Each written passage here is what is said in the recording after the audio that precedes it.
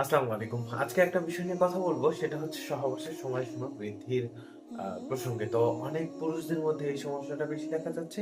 আমি দুর্বল হয়ে গেছি, শেষ, আমার ১ মিনিটেই শেষ। মানে এমন একটা অবস্থার সৃষ্টি হয়ে যায়। তো তাদের ক্ষেত্রে খুব সহজ একটা সলিউশন দিচ্ছি। সেই সলিউশনটা হচ্ছে আপনি ঘাবড়ায়া যাবেন না। আপনি টেনশন কম করবেন। আপনি ওই জিনিসটা মাথাতেই নিবেন না যে আপনি কম সময় পেতে পারেন। হ্যাঁ?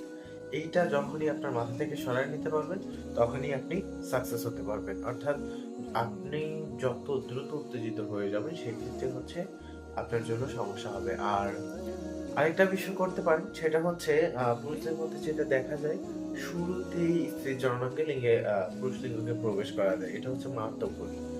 মেডিকেলের ভাষায় যেটাকে বলা হয়ে থাকে ফোর প্লে করা।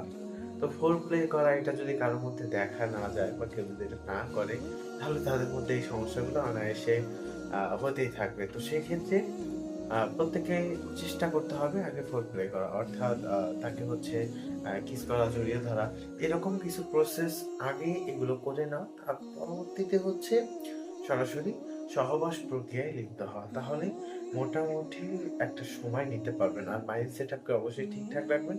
যদি একান্তভাবে দুর্বল মনে হয় যে লিঙ্গ বাঁকা হয়ে যাচ্ছে, অন্য কোনো সমস্যা হচ্ছে, সেক্ষেত্রে আপনি চিকিৎসকের পরামর্শ নিতে পারেন। যদি মনে করেন যে আমার কাছ থেকে নেওয়া প্রয়োজন, স্ক্রিনে ফোন নাম্বার দেওয়া রয়েছে, সেখান থেকে সরাসরি যোগাযোগ করতে পারেন। ধন্যবাদ সবাইকে।